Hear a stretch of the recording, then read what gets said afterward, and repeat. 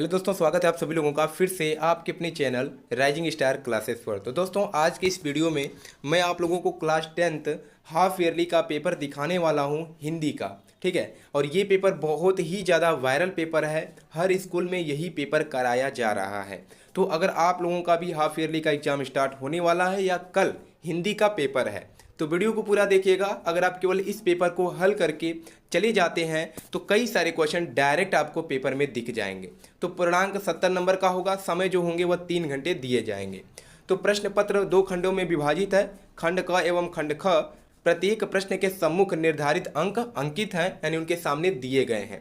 तो सबसे पहला है खंड क, जिसमें कि 20 बहुविकल्पीय प्रश्न पूछा गया है। ठीक है, सबसे पहला क्वेश्चन है कि शुक्ल युग की काल अवधि है। पहला ऑप्शन है 1850 ईस्वी से 1900 तक, दूसरा है 1900 से 1920 तक, तीसरा ऑप्शन है 1919 से 1938 तक और चौथा ऑप्शन है 1938 से 1947 तक। तो शुक्ल युग की जो काल अवधि है, जो समय सीमा है, यह 1900 से 1938 ईस्वी तक चला था। दूसरा क्वेश्चन है कि रस मीमांसा के लेखक हैं। तो आपको ये क्वेश्चन पता होगा, रस मीमांसा के लेखक कौन है? तो रामचंद्र शुक्ल हैं, जो कि पहला ही चैप्टर है मित्रता, और उसी चैप्टर में रामचंद्र शुक्ल की रचनाओं में दिया गया है कि रस मीमांसा जो है उनका रचना है। साकेत महाकाव्य की रचना किसने की थी? तो मैथिली शरण गुप्त ने की थी। ठीक है, किसने की थी? मैथिली शरण गुप्त ने। हंसी हंसी भाजय देखी दुल्ह दिगंबर को, पाहुनी जी आवे हिमाचल के उछाह में कौन सा रस है? तो ऐसे ही आप बता देंगे। यहाँ पर हंसी का प्रयोग हुआ है तो कन्फर्म है कि कौन सा रस होगा? तो हास्य रस हो जाएगा। यामा के रचयिता का नाम लिखिए। पहला ऑप्शन है सुभद्रा कुमारी चौहान, महादेवी वर्मा, मीराबाई या शिवानी। तो यामा के रचयिता कौन है? तो यामा के रचयिता महादेवी वर्मा है। ठीक है, ऑप्शन दूसरा करेक्ट हो जाएगा। निम्नलिखित में से अग्नि का पर्यायवाची शब्द नहीं है। ठीक है, क्वेश्चन में दिया है कि नहीं है। पहला है अनल, अनल जो है अग्नि का पर्यायवाची शब्द नहीं है। दूसरा है अनिल, तीसरा है पावक और चौथा है ज्वाला। तो इसमें से अग्नि का जो पर्यायवाची शब्द नहीं है वह क्या है? अनिल है। अनिल किसका पर्यायवाची शब्द है? तो वायु का। ठीक है, सुदर्शन शब्द में उपसर्ग है, तो उपसर्ग हमेशा शब्द की शुरुआत में लगता है और प्रत्यय हमेशा शब्द के लास्ट में लगता है। तो सुदर्शन में क्या उपसर्ग हो जाएगा? तो सु हो जाएगा। ठीक है, राज्ञी शब्द का तद्भव रूप क्या होगा? तो रानी होगा। अश्व शब्द के पर्यायवाची शब्द हैं। पहला है तुरंग कामा हय, दूसरा है पिक कामा पस्मृत, ठीक है, और तीसरा है विहंग कामा द्विज और चौथा ऑप्शन है मरकट कामा कपि। तो अश्व शब्द के पर्यायवाची शब्द क्या हैं? तो तुरंग और हय है, यानी पहला ऑप्शन करेक्ट होगा। हंस पत्रिका के संपादक थे। पहला ऑप्शन है प्रेमचंद, दूसरा है सुदर्शन, तीसरा है जयशंकर प्रसाद और चौथा है निराला। तो हंस पत्रिका के संपादक कौन थे? तो ये है मुंशी प्रेमचंद। ठीक है, कौन है? मुंशी प्रेमचंद। केशव दास की रचना है, तो रामचंद्रिका जो है यह किसकी रचना है? केशव दास की रचना है। रीति मुक्त काव्य धारा के 2 कवियों के नाम लिखिए। तो अगर आपको ये क्वेश्चन नहीं भी आता है तो आप क्वेश्चन से ही पहचान लेंगे कि कौन सा ऑप्शन करेक्ट होगा। इसमें कहा है कि 2 कवियों के नाम लिखिए, तो कौन से ऑप्शन में 2 कवि हैं? तो इसमें तीसरे ऑप्शन में 2 कवि हैं, अ एवं ब दोनों, तो यही करेक्ट हो जाए। यानी घनानंद भी रीति मुक्त काव्य धारा के कवि हैं और ये दूसरे कवि जो हैं यह भी रीति मुक्त काव्य धारा के ही कवि हैं। ठीक है, 13 नंबर क्वेश्चन है कि निम्न में से रीति काल की काल अवधि है, यानी कि समय सीमा कब से कब तक था? तो रीति काल की जो काल अवधि है यह कब से कब तक चला? तो 1700 से 1900 तक चला था। कब से? 1700 से 1900 तक। तो इसमें ऐसा कोई ऑप्शन नहीं है, तो जो इसके जैसा दिख रहा है वही करेक्ट हो जाएगा। तो कौन सा हो जाएगा? बी नंबर, 1643 से 1843 तक।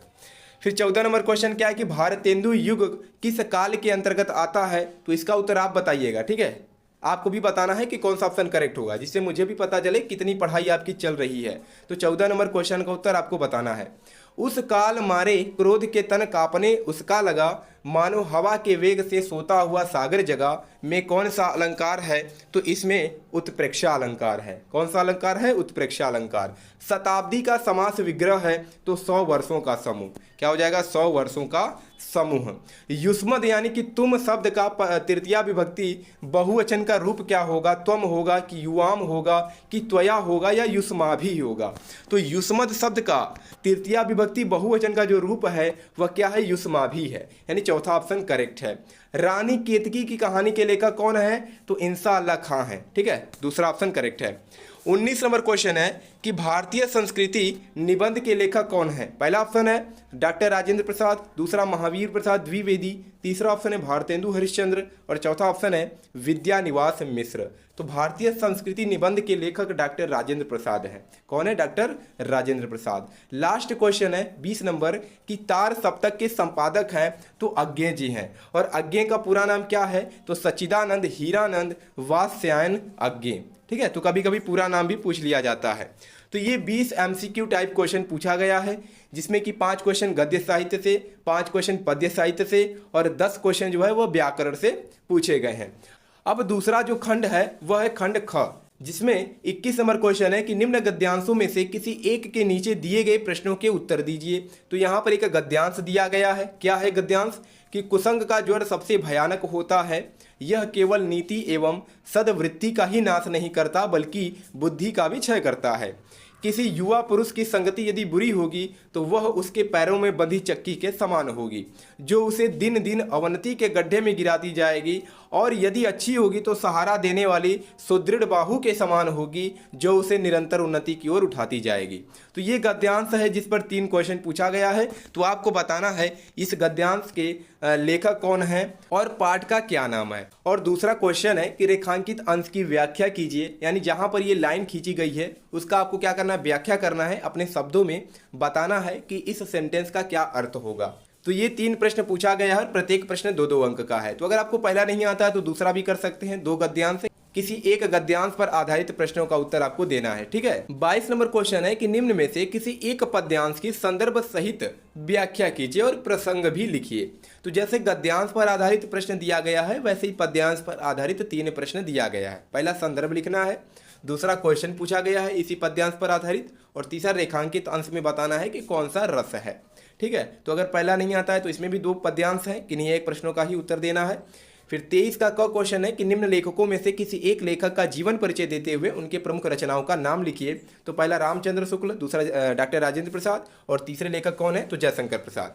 निम्न कवियों में से किसी एक कवि का जीवन परिचय देते हुए उनकी किसी एक प्रमुख रचना का उल्लेख कीजिए। पहला सूरदास, तुलसीदास और बिहारी लाल। किसी एक कवि का जीवन परिचय लिखना है और उनकी रचना का नाम लिखना है। फिर 24 नंबर क्वेश्चन है कि निम्न में से किसी एक का संदर्भ सहित हिंदी में अनुवाद कीजिए। तो यहाँ पर 2 गद्यांश दिया गया है जो कि संस्कृत वाले भाग से है, तो किसी एक का आपको क्या करना है? हिंदी में अनुवाद करना है। जैसे पहला क्या है? वाराणसी सुविख्याता प्राचीना नगरी, यानी वाराणसी सुप्रसिद्ध प्राचीन नगरी है, पुरानी नगरी है। इयम माने इसकी, विमल यानी कि निर्मल, सलिल तरंगाया निर्मल तरंगों वाली, गंगाया मतलब गंगा, कूले स्थिता गंगा के किनारे स्थित है।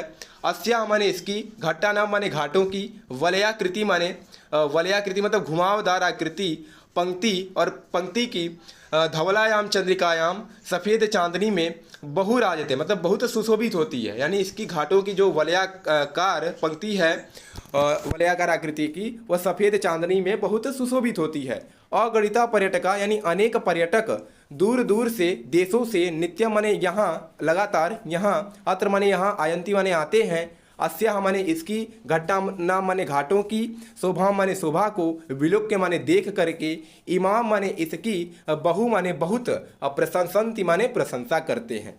तो ऐसे हिंदी में अनुवाद करना है और संदर्भ लिखना है कि यह किस चैप्टर से लिया गया है। वैसे ही दूसरा दिया गया, अगर पहला नहीं आता है तो दूसरा कर सकते हैं। फिर 25 नंबर क्वेश्चन है कि अपनी क्या दिया है? पाठ्य पुस्तक से कंठस्थ किया हुआ कोई एक श्लोक लिखिए जो इस प्रश्न पत्र में न आया हो। निम्न प्रश्नों के उत्तर संस्कृत में दीजिए। पहला, वाराणसी नगरी कस्या कूले स्थित अस्ति, और दूसरा, वाराणसी कस्या भाषायाः केंद्रम अस्ति। फिर 27 नंबर क्वेश्चन है कि करुण रस की परिभाषा देते हुए कोई एक उदाहरण दीजिए। 3 नंबर का क्वेश्चन है निम्नलिखित में से किसी एक का 100 उदाहरण परिभाषा दीजिए, यानी उदाहरण सहित परिभाषा दीजिए।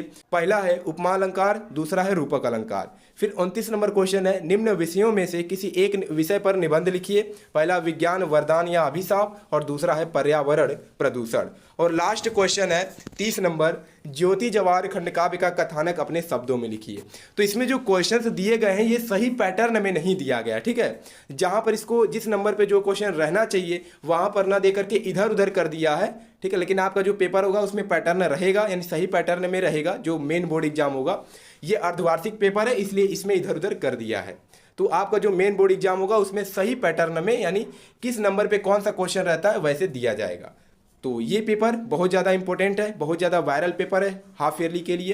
तो अगर आपका कल हाफ ईयरली का एग्जाम है हिंदी का, तो इस पेपर को अच्छे से हल करके ही जाइएगा। तो चलिए मिलते हैं नेक्स्ट वीडियो में एक नए टॉपिक के साथ, तब तक के लिए धन्यवाद।